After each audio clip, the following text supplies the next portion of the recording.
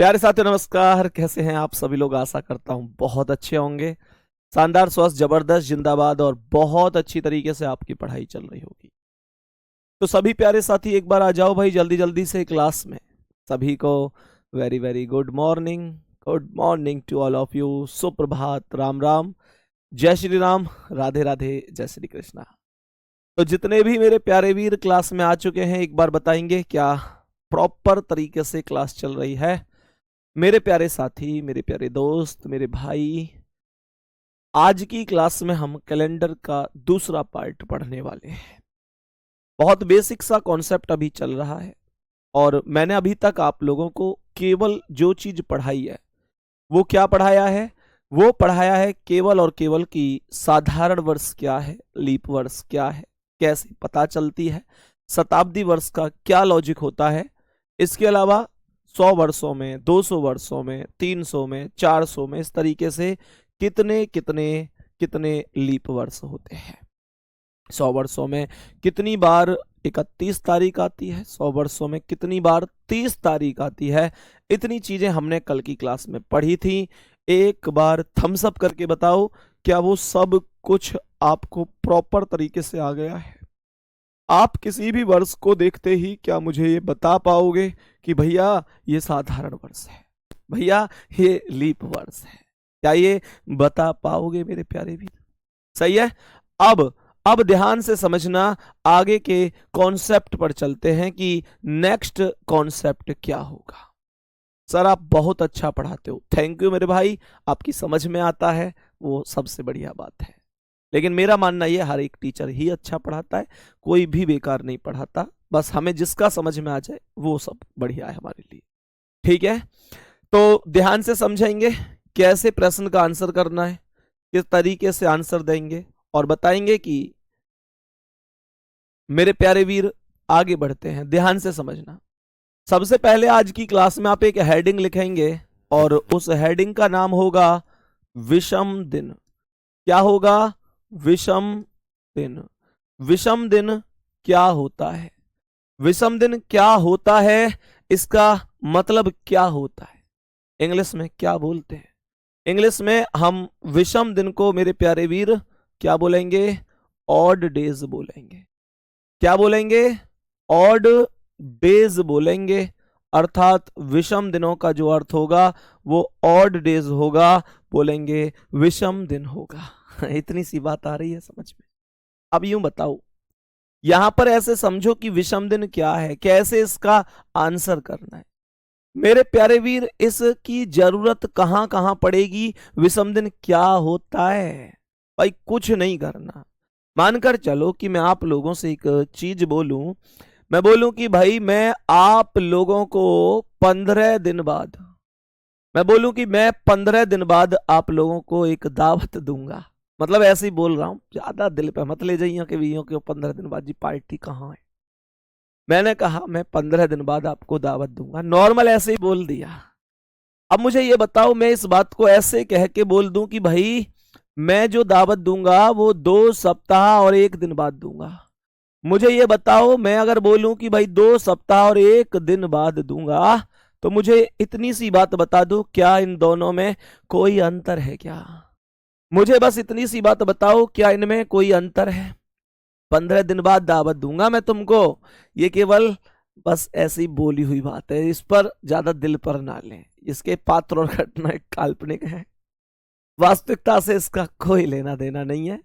तो मुझे ये, मैंने आपसे बोला कि 2 सप्ताह 1 दिन बाद, तो ये सेम ही बात है भाई, ये सभी सेम ही बात है। अब आप लोग कहेंगे भैया ये 1 दिन क्या है, तो ध्यान से समझना ये 1 दिन क्या है। मेरे प्यारे वीर ये क्या है 1 दिन, ध्यान से समझो इसका मतलब क्या है। ये 1 दिन कहां से आया भाई? जो 15 दिन थे आपने इसके सप्ताह बना दिए। 1 सप्ताह में कितने दिन होते हैं? 1 सप्ताह में भैया जी 7 दिन होते हैं।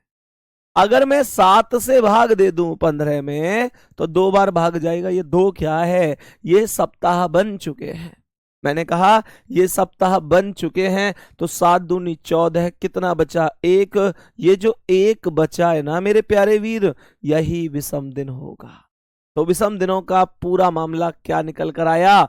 जितने भी दिन हैं उन दिनों में अगर 7 से भाग दे दिया जाए, अर्थात उन दिनों के सप्ताह बना दिए जाएं, तो जो भी शेष बचता है, जो भी शेष बचता है वो सब कुछ विषम दिन होता है। बोलेंगे क्या यहां तक बात समझ में आई?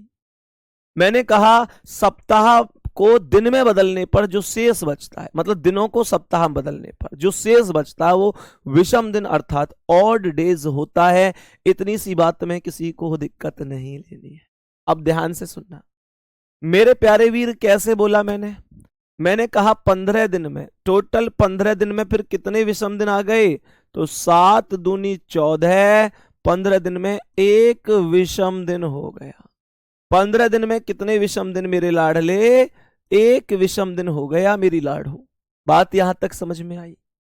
अब मैं तुमसे बोलूं कि भाई 20 ऐसे सोचो कि मैं कहूं भाई 100 दिन में कितने विषम दिन है?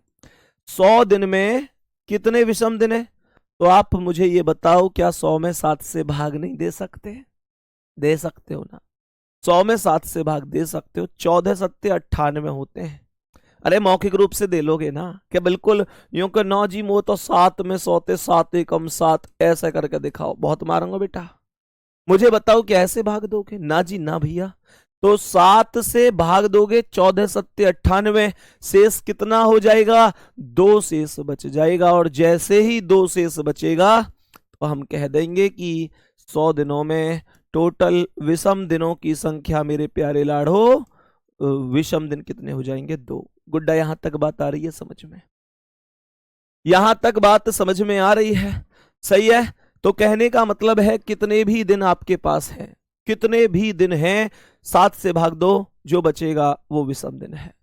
मुझसे बोले कि बताओ 421 दिन में कितने विषम दिन होंगे? हमसे क्वेश्चन कहता है बताओ 421 दिन में कितने विषम दिन होंगे? तो 7 से भाग दूंगा, 60 सत्ते 420, 60 सत्ते 420, तो एक शेष बचेगा। 421 में 7 से भाग दे के देख लेना, एक शेष बचेगा।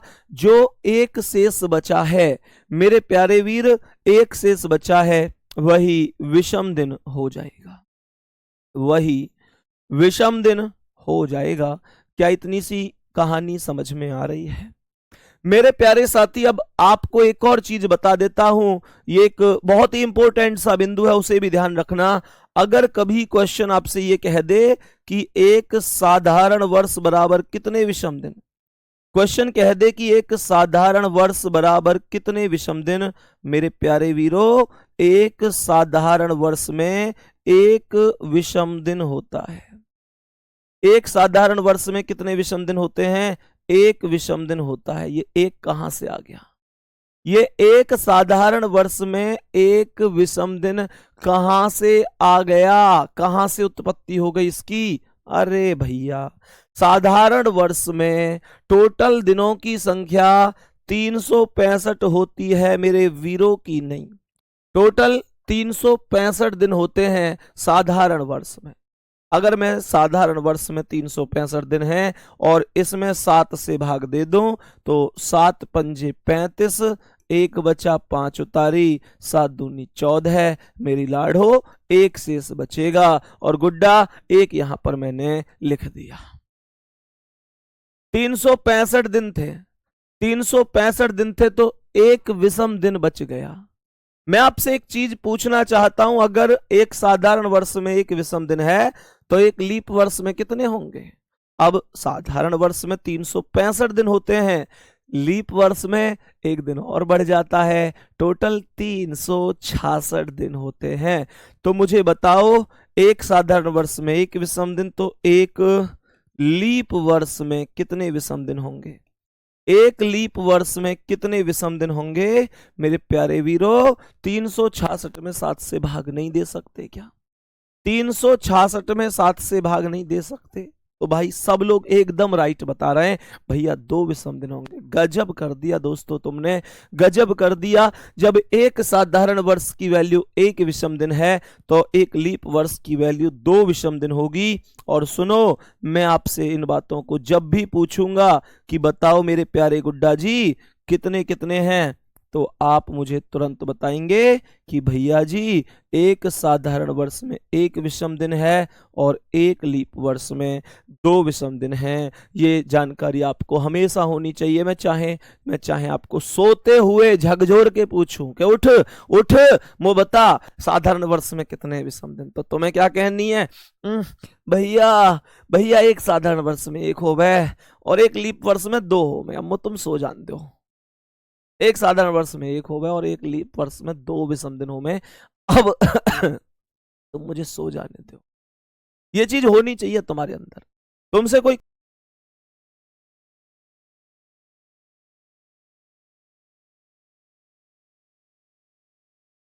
को दिक्कत नहीं लेनी है। थम्स अप करके बताओ विषम दिन के कॉन्सेप्ट में कभी फंसोगे तो नहीं। विषम दिनों के कॉन्सेप्ट में कभी नहीं फंसना है, इतना हमको ध्यान रखना है। इतनी बात समझ में आ गई कि नहीं? अब आगे बढ़ते हैं।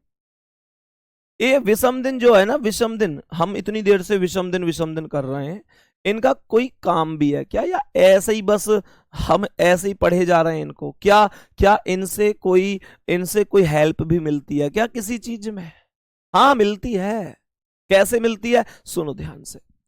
अगर क्वेश्चन कहता है कि आज, क्वेश्चन ने कहा कि मेरे प्यारे लाडलो आज आज मंगलवार है, क्वेश्चन ने कहा कि आज मंगलवार है, मेरे प्यारे वीर ध्यान से सुनना। और सवाल ने यहां पर बोल दिया, सवाल ने बोल दिया कि 491 दिन बाद कौन सा दिन होगा।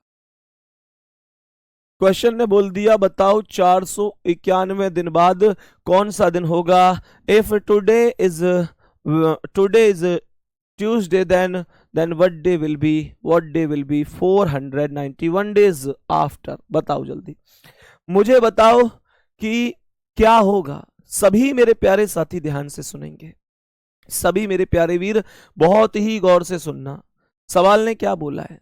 सवाल ने बोला भैया आज मंगलवार है तो 491 बाद। तो एक तरीका तो प्रश्न करने का ये है कि आज मंगलवार है तो एक दिन बाद बुधवार, 2 दिन बाद बृहस्पति, 3 दिन बाद शुक्रवार, 4 दिन बाद शनिवार, 5 दिन बाद रविवार, ऐसे कर करके 491 तक काउंट कर लो। तो भाई इतनी देर में पेपर तो खत्म हो ही जाएगा। पेपर थोड़ी बच रहा है इतनी देर में, पेपर तो इतनी देर में सब खत्म है। फिर क्या करूं मैं, ऐसा क्या करूं जो मेरा आंसर चुटकी बजाते हुए सॉल्व हो जाए।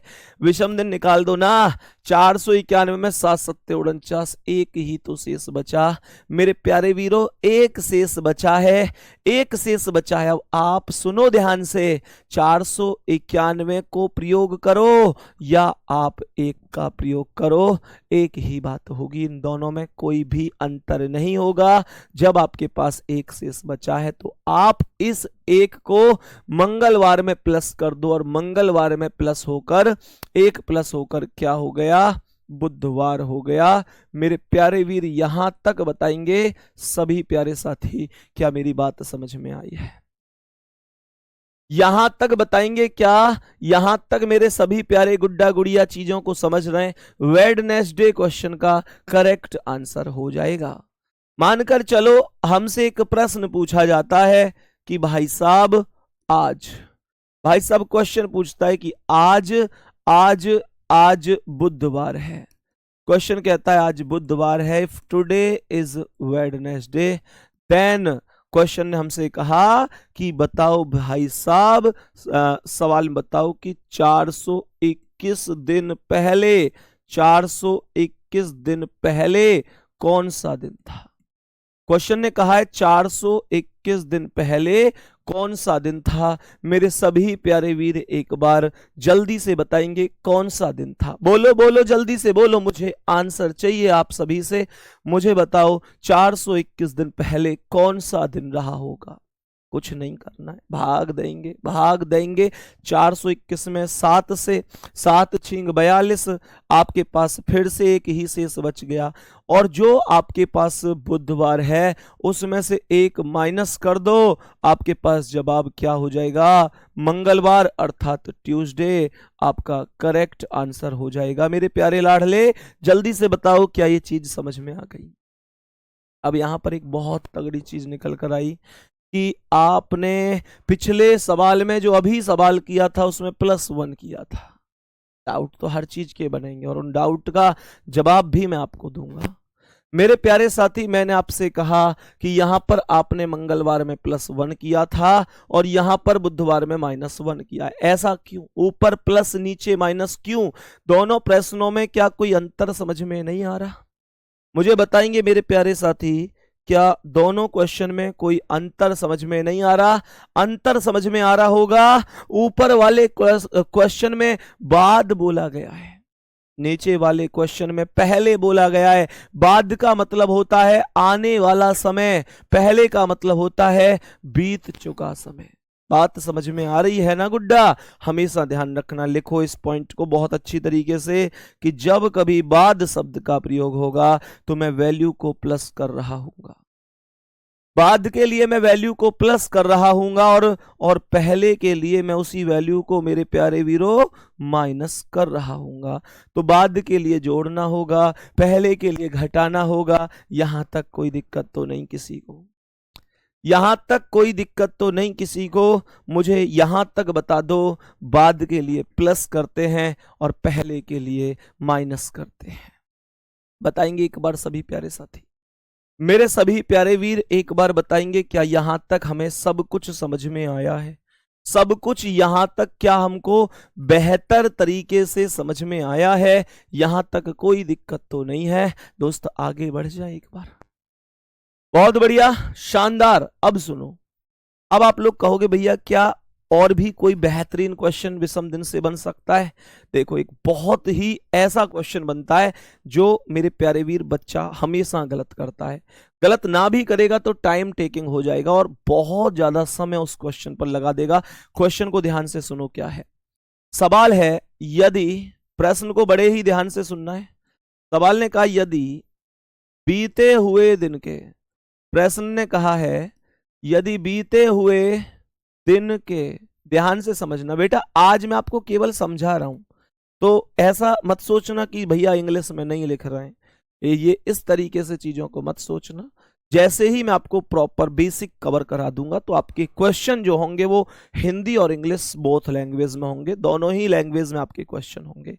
आज तो मैं आपको केवल एक आइडिया बता रहा हूं कि ऐसे ऐसे पूरा बेसिक समझना है, क्योंकि मेरा मानना है कि बेसिक अगर कवर है तो आप कितने भी कठिन से कठिन क्वेश्चनों को कर सकते हो, बेसिक अगर आपका मजबूत है तो। यदि बीते हुए दिन के यदि बीते हुए दिन के 3 दिन पहले, 3 दिन पहले, यदि बीते हुए दिन के 3 दिन पहले के 2 दिन पहले, 2 दिन पहले, 2 दिन पहले मंगलवार था, मंगलवार था। क्या बोला? मंगलवार था। तो बताइए, तो बताइए आने वाले दिन के, तो बताइए आने वाले दिन के, आने वाले दिन के 4 दिन बाद, 4 दिन बाद, 4 दिन बाद के 4 दिन बाद, 4 दिन बाद कौन सा दिन होगा? कौन सा, कौन सा दिन, कौन सा दिन होगा? मेरे प्यारे वीर बहुत अच्छी तरीके से समझना है क्वेश्चन को, बड़े ही अच्छे तरीके से समझना। प्रश्न क्या है बहुत अच्छी तरीके से, और मैं मानता हूं कि आप एक बार कॉपी पेन रोक लो, कॉपी पेन रोक लो। अब अगर आप अपना भाई मानते हो और दिल से फॉलो करते हो, रीजनिंग में मुझे विश्वास करते हो, तो कोई भी कमेंट नहीं करेगा। कमेंट रुक जानी चाहिए। मुझे लगना चाहिए कि आप मेरी हर बात मान रहे हैं और ये आपके ही लाभ के लिए है। बहुत ही जबरदस्त लॉजिक से बहुत जबरदस्त क्वेश्चन है ये। पेपर में बच्चा गलत कर देता है और कई बच्चे गलत नहीं करते हैं, तो टाइम इतना लगा देते हैं कि इसके चक्कर में हमारे 2 क्वेश्चन आते हुए ही छूट जाते हैं। अब ध्यान से सुनो, आंसर भी मत बताओ भाई, सवाल को समझेंगे क्या कह रहा है ये प्रश्न। मानकर चलो कि ये आज है, एक छोटा सा स्टेप समझते हैं। हमने कहा कि मानकर चलो ये आज है, मानकर चलो ये आज है, चाहे बीते हुए दिनों का हिसाब लगाऊं, चाहे आने वाले दिनों का हिसाब लगाऊं, हर चीज मेरे प्यारे गुड्डा आज पर ही टिकी हुई होती है, हर चीज आज पर ही टिकी हुई होती है, ये आप लोग जानते हैं।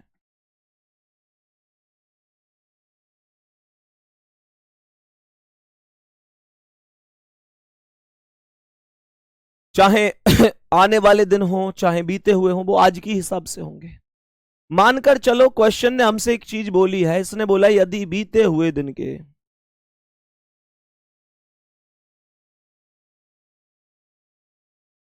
तो मुझे ये बताओ अगर ये आज है तो बीता हुआ दिन ये होगा कि नहीं, बोलो एक बार, यही तो होगा, मन मन में सोच लो।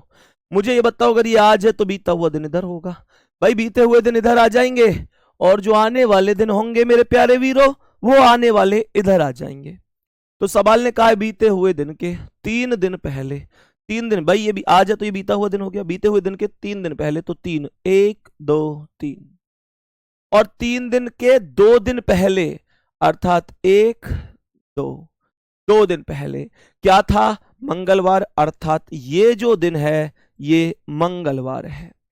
अब मुझे ये बताओ अगर ये दिन मंगलवार है तो क्या मैं आज का दिन नहीं निकाल सकता, चुटकियों में निकाल सकता हूं ना, मैं आज का दिन चुटकियों में निकाल सकता हूं। अगर ये मंगलवार है तो ये आगे बढ़ता हूं, ये क्या हुआ, बुध, भाई मंगल के बाद बुध, बृहस्पति, शुक्रवार, शनिवार, रविवार, सोमवार, तो जो आज का दिन हो गया वो सोमवार हो गया, सही है।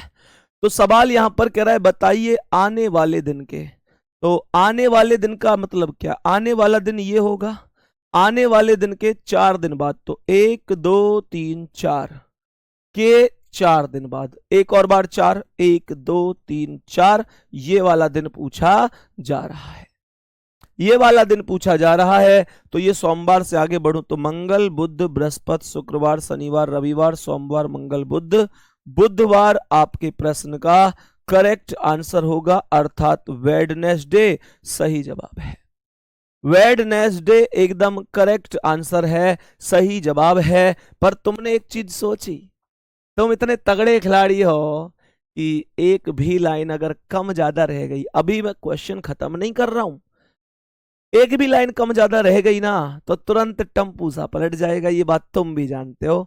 एक भी लाइन कम ज्यादा नहीं रहनी चाहिए, एक सिंगल लाइन कम ज्यादा नहीं रहनी चाहिए। तो मेरे प्यारे वीर आपको ऐसे क्वेश्चन नहीं करना है आज के बाद, बहुत सारे बच्चे ऐसे क्वेश्चन करते हैं, आपको नहीं करना है। आपको क्या करना है ये सुनो, आपको क्या करना है, आपको मेरे प्यारे गुड्डा अगर ट्रिक अच्छी लगे तो एक बार जरूर बता देना।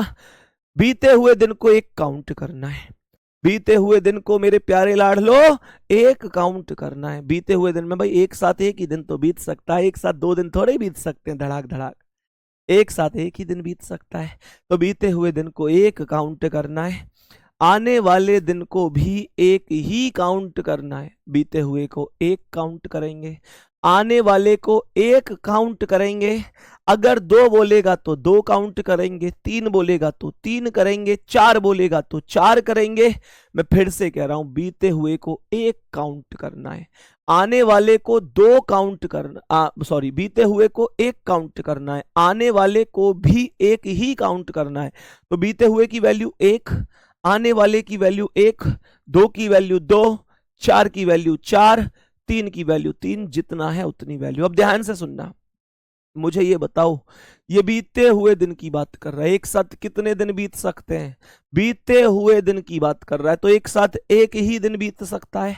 तो ये एक दिन हो गया, ठीक है, ये एक दिन हो गया, एक दिन तो ये हो गया, एक और ये 3 हो गए, एक और 3 कितने मेरे प्यारे गुड्डा, 4 हो गए, 4, एक और 3 4, और ये 2 हो गए, 4 और 2 6, 4 और 2 6, 6 के बाद मेरे प्यारे वीर आने वाले दिन, तो 6 और 1 7 हो गए, 6 और 1 7 हो गए, 7 के बाद 7 और 4 ये हो गए 11, 11 के बाद ये 4 हो गए, तो 11 और 4 15, मेरे प्यारे वीर 15 दिन टोटल बन रहे हैं। मेरे प्यारे वीर 15 दिन टोटल बन रहे हैं, टोटल 15 दिन बने हैं। फिर से काउंट कर लेते हैं बीते हुए का, मतलब 1 और 3 4 और 2 6 और 1 7, 7 और 4 11 और 4 15, टोटल 15 दिन बचे हैं। 15 में 7 से भाग दे देंगे, 15 में 7 से भाग दे दो तो 15 में 7 से भाग दूंगा तो विषम दिनी तो आएगा। रे मन मन में भी दे सकते थे, 7 दूनी 14, एक शेष बच गया और इस एक को उठाकर इस मंगलवार में जोड़ दो। मंगलवार में एक जोड़ोगे तो बुधवार आएगा, खत्म। बताओ कैसी लगी ट्रिक? अब एक बार जल्दी से बता दो ये ट्रिक आपको कैसी लगी। पूरी रीजनिंग मेरे प्यारे वीर 70% रीजनिंग ऐसी है कि जिसमें कॉपी पेन नहीं उठाना पड़ेगा। 70% रीजनिंग ऐसी है जिसमें वास्तव में कॉपी पेन उठाने की जरूरत नहीं होती, अगर दिल से किसी ने पढ़ाया है, तरीके से किसी ने समझाया है तो। बात समझ में आ रही है? मैं उम्मीद करता हूं इतनी सी चीज आपको बढ़िया तरीके से समझ में आई होगी। सर कल मेरे भाई ने आपका, नीचे करो सर, कल मेरे भाई ने आपका रीजनिंग का स्पेशल बैच लिया है, तो क्या मुझे भी बैच लेने की जरूरत है या उसी से पढ़ सकता हूं? मेरे भाई यार एक चीज बताओ, थोड़ा सा मन से सोचो, ये सबके लिए ही बता रहा हूं। बहुत सारे बच्चों के मैसेज हैं, जैसे कि अभी मोनू भाई ने कमेंट किया है कि भैया मेरे भाई ने रीजनिंग का जो फाउंडेशन बैच है आपका स्पेशल वाला, वो बैच खरीदा है, क्या मुझे भी लेने की जरूरत है? मेरे प्यारे वीर अगर मैं आप लोगों से बात करूं तो एक चीज बताओ, जैसे आपने बैच आज लिया तो उसकी वैलिडिटी कितने साल है? 1 साल है। अब मुझे ये बताओ क्या 1 साल में एक ही व्यक्ति पढ़ पाएगा बैच से? मेरे प्यारे वीर अगर आपके भाई के पास, आपकी बहन के पास या आपके किसी ऐसे सगे संबंधी के पास बैच है जो कि मेरे प्यारे वीर खुद भी पढ़ सकते हैं और आपको मतलब पढ़ा सकते हैं उस बैच से, तो फिर आपको दूसरा बैच अलग से रुपए खर्च करने की क्या जरूरत है? खुद सोचो। मेरे प्यारे दोस्त मैं फिर से बताता हूं, अगर मैं ये सोचूं कि नहीं यार मैं तो कह दूंगा कि हाँ भाई बैच खरीद लो, जैसे बच्चे ने पूछा कि भैया क्या मैं भी खरीद सकता हूं, मेरे भाई के पास है तो अगर मुझे ये हो कि भाई मैं बोल दूं कि हाँ भाई खरीद लो, एक तो कॉन्सेप्ट ये होता है, उससे क्या होगा कि मुझे तो अच्छी तरीके से पता है एक बच्चा और खरीदेगा तो एक बच्चा और बढ़ जाएगा बैच में। लेकिन नहीं, मैं गलत सलाह नहीं दे सकता। ऐसा थोड़ा ही है कि मैं आप लोगों से भाई गलत सलाह दे के ये कह दूं हाँ भाई तुम भी ले लो। भाई एक चीज सोचो, अगर भाई के पास बैच है तो ऐसा तो है नहीं कि भाई 24 घंटे ही पढ़ेंगे। मानकर चलो 4-5 घंटे भाई पढ़ लिए, 4-5 घंटे तुम पढ़ लिए। वास्तविकता तो यह है कि बैच की वैलिडिटी इतनी लंबी है, बैच आपके पास पूरे 1 साल तक है। अब खुद सोचो कि अगर आपके पास बैच 1 साल तक है तो मेरे प्यारे वीर क्या आपको अलग से जरूरत है? आप खुद भी पढ़ सकते हैं, आपके आपके सगे संबंधी, मैं कह रहा हूं 10 लोग पढ़ सकते हैं 1 साल में। वास्तविकता तो यह है।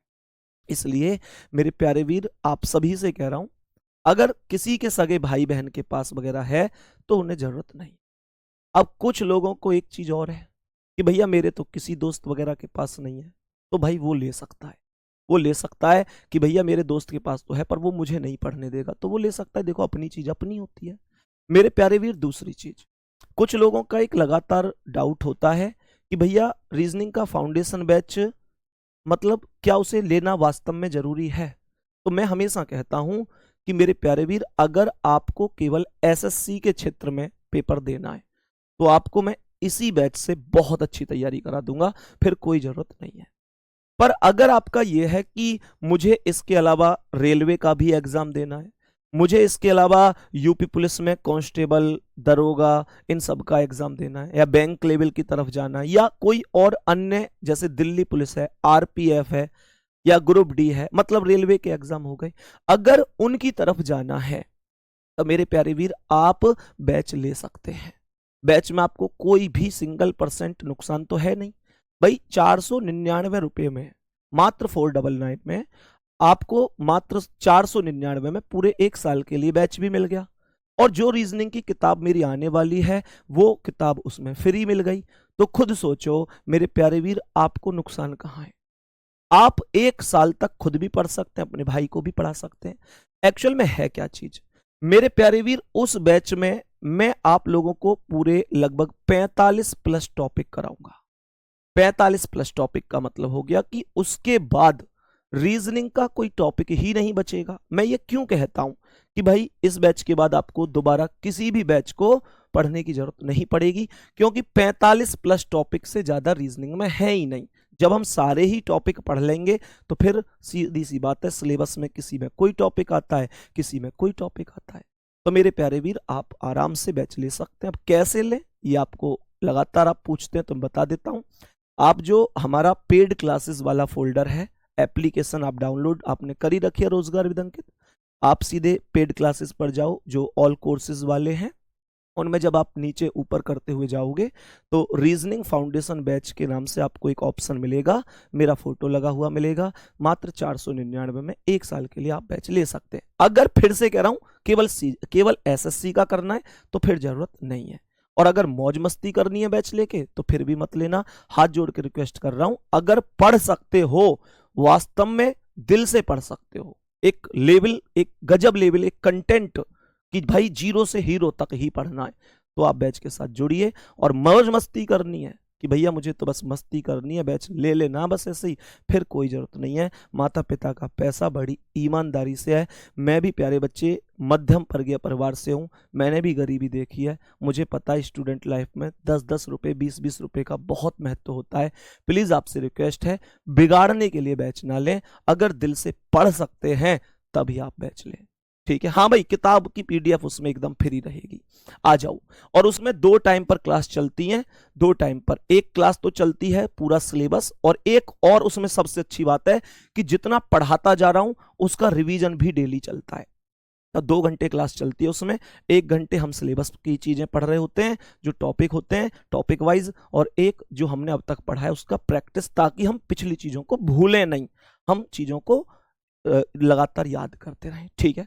आ जाओ। अब ये क्वेश्चन उम्मीद करता हूं आपको बढ़िया तरीके से समझ में आया होगा। और अब प्लीज प्यारे साथी, एक क्वेश्चन आपको भी सॉल्व करना है। अब थम्स अप करके बता दो कि पूरा डाउट एकदम ओके है।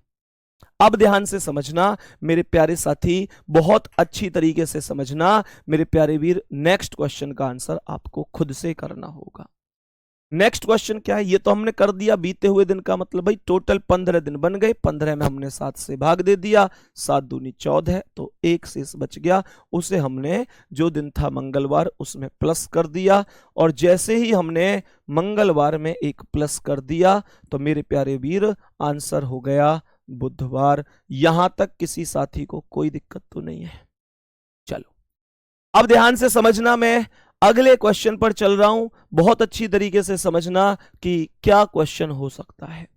सवाल ने कहा है यदि बीते हुए दिन के, यदि बीते हुए दिन के, यदि बीते हुए दिन के, यदि बीते हुए दिन के 2 दिन पहले, 2 दिन पहले, 2 दिन पहले के 1 दिन पहले, 1 दिन पहले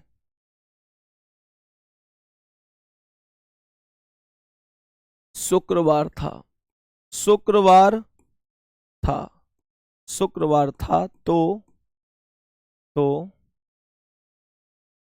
आने वाले दिन के आने वाले दिन के, आने वाले दिन के, ध्यान से समझना, कह रहा तो आने वाले दिन के 2 दिन बाद, 2 दिन बाद के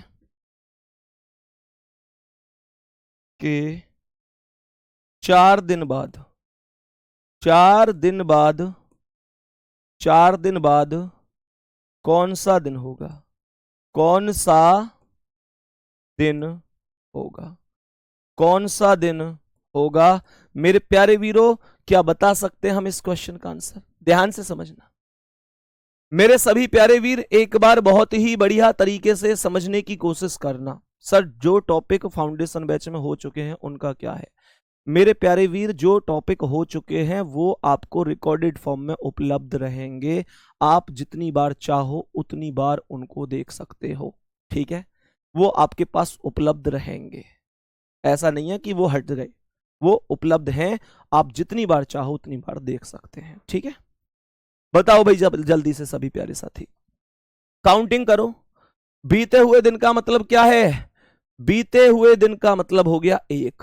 मेरे प्यारे साथी समझो, क्वेश्चन को समझना गुड्डा। ये बीते हुए दिन का मतलब एक, तो एक तो ये हो गया, एक और दो तीन, तीन और एक चार, चार और एक आने वाला, तो चार और एक पांच, पांच और दो दिन ये, तो पांच और दो सात, सात और चार 11, सात और चार 11। टोटल दिनों की संख्या कितनी बन गई? टोटल दिनों की संख्या 11 बन चुकी है। अब मुझे एक बात बताओ, क्या 11 में 7 से भाग दे सकता हूं? क्या 11 में 7 से भाग दे सकता हूं? 7 एकम 7, कितने बच गए? 4, और 4 को प्लस कर देंगे शुक्रवार में।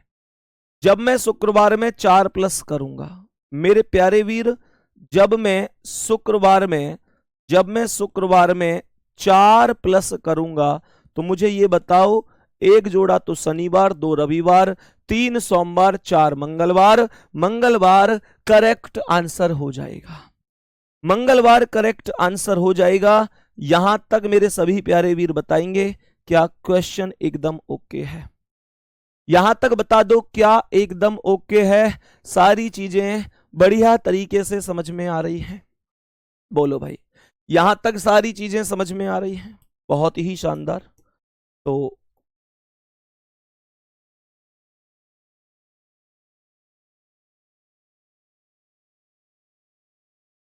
अब समझो मेरे प्यारे दोस्त, इनमें हमने अब तक जोड़ा है, ऐसे क्वेश्चन में भी घटाया जा सकता है।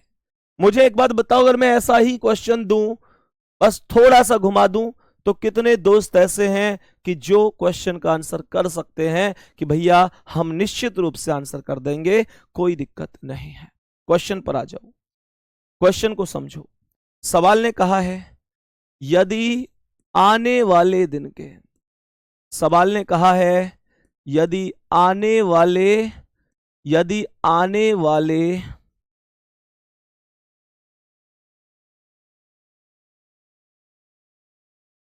यदि आने वाले दिन के, यदि आने वाले दिन के 2 दिन बाद, 2 दिन बाद के 3 दिन बाद के 2 ही दिन लिख लो, के 2 दिन बाद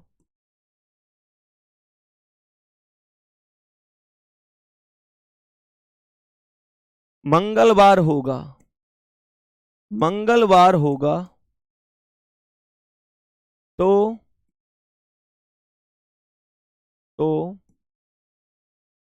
बीते हुए दिन के,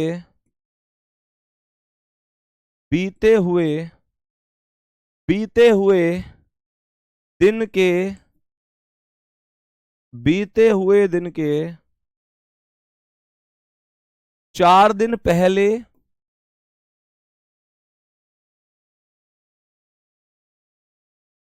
बीते हुए दिन के 4 दिन पहले कौन सा दिन था?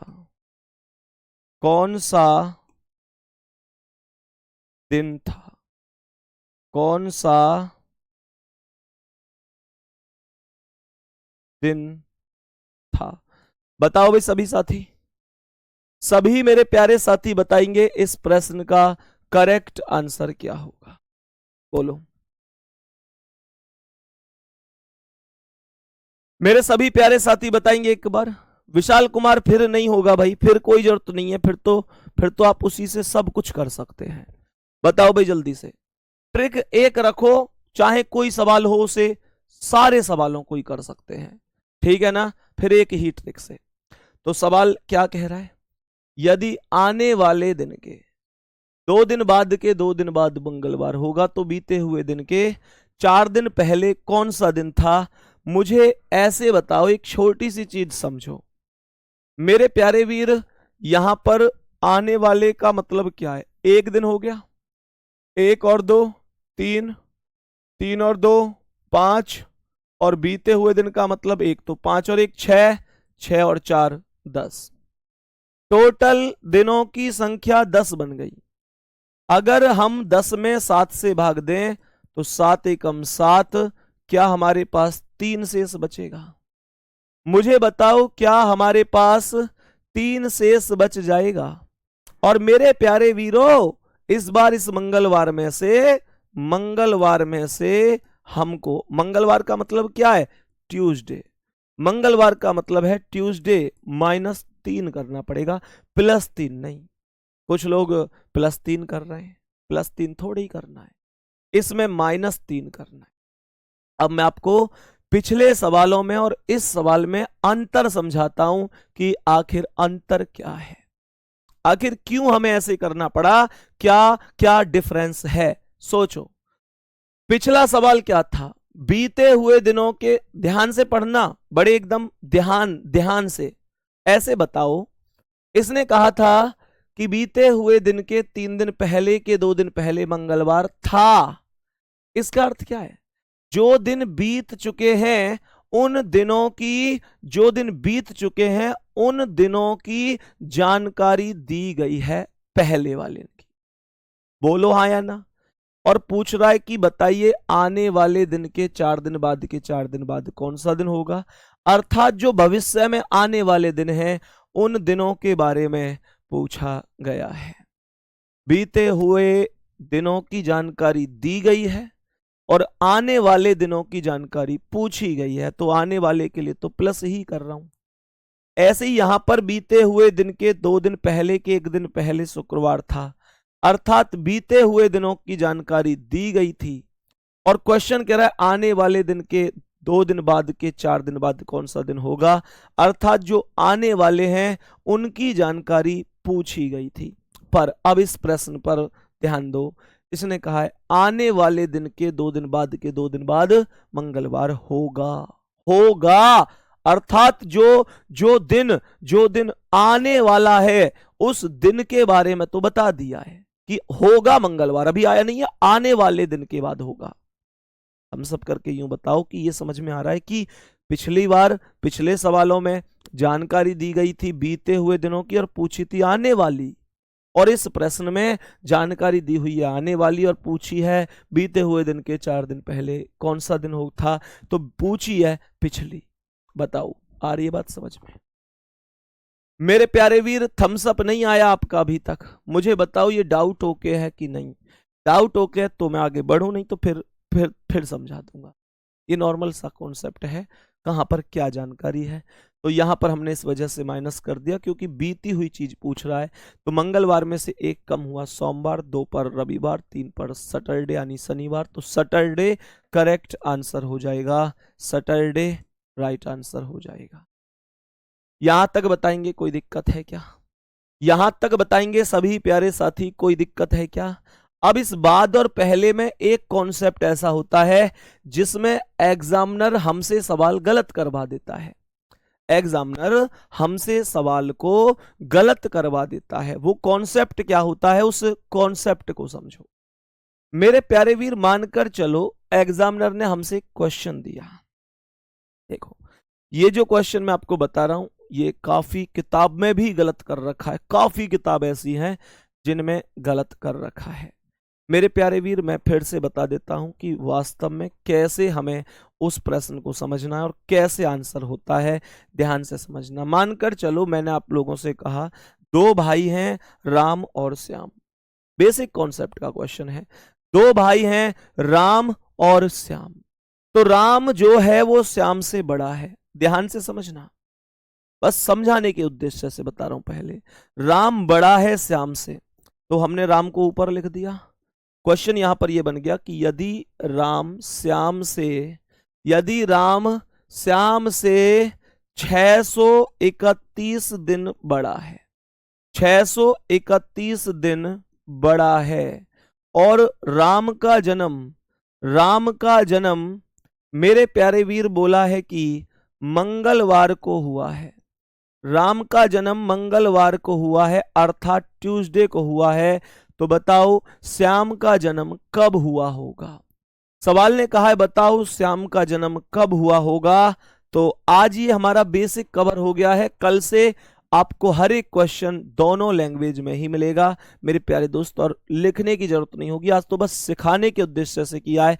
कल से आपको हर एक क्वेश्चन टाइप होकर बाकायदा मिलेगा, क्योंकि अब हमें बेसिक सब समझ में आ गया। लीप वर्ष क्या है, साधारण वर्ष क्या है, विषम दिन क्या है, सब कुछ समझ में आ गया होगा। अब सुनो ध्यान से। तो सवाल यहां पर क्या कह रहा है, राम बड़ा है 631 दिन श्याम से। इसका मंगलवार को हुआ है, तो बताओ श्याम का कब हुआ है। मैं आपसे बस एक क्वेश्चन ये पूछना चाहता हूं कि मुझे बस इतना सा बता दो कि मेरे प्यारे वीर ये माइनस होगा या प्लस होगा। इसमें तो कोई भी संदेह नहीं है, आप सभी लोग इस चीज को समझते हैं कि 631 में विषम दिन निकालूंगा तो 631 में विषम दिन कितना आ जाएगा मेरे प्यारे साथी। 631 में एक विषम दिन आ जाएगा। 631 में एक विषम दिन होगा। बताओ, कर सकते हो इस प्रश्न का आंसर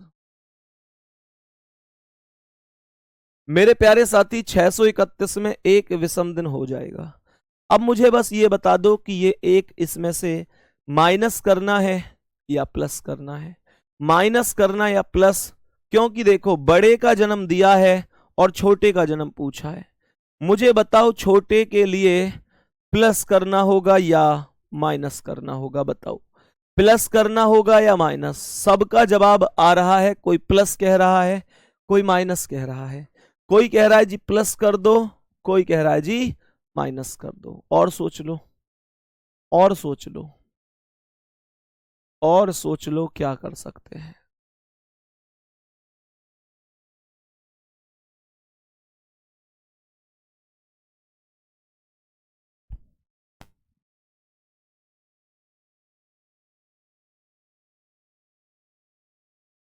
अब समझो साथी, बहुत सारे बच्चे कह रहे हैं कि भैया यहां पर इस कॉन्सेप्ट में हम इस प्रश्न में माइनस कर देंगे, क्योंकि बहुत सारे बच्चे ये सोचते हैं कि जब छोटे व्यक्ति का जन्म पूछा है तो माइनस ही कर दो ना।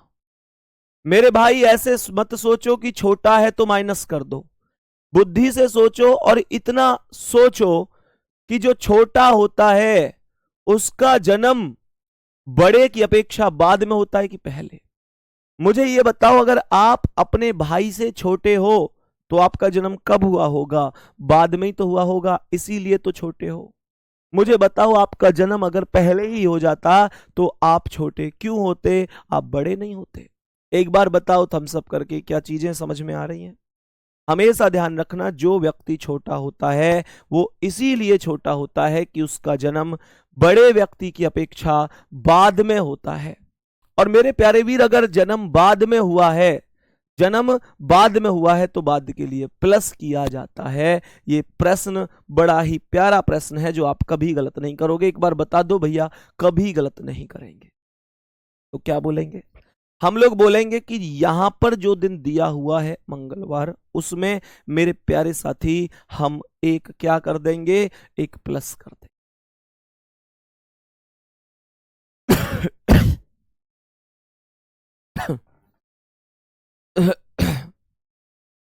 नहीं,